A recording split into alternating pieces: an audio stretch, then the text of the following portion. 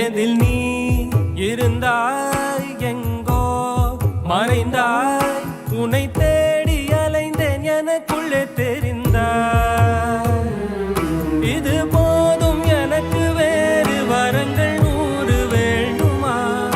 இறைவா வேதங்கள் மொத்தம் ஓதி யாகங்கள் நித்தம் செய்து பூஜிக்கும் பக்தி அதிலும் உன்னை காணலாம்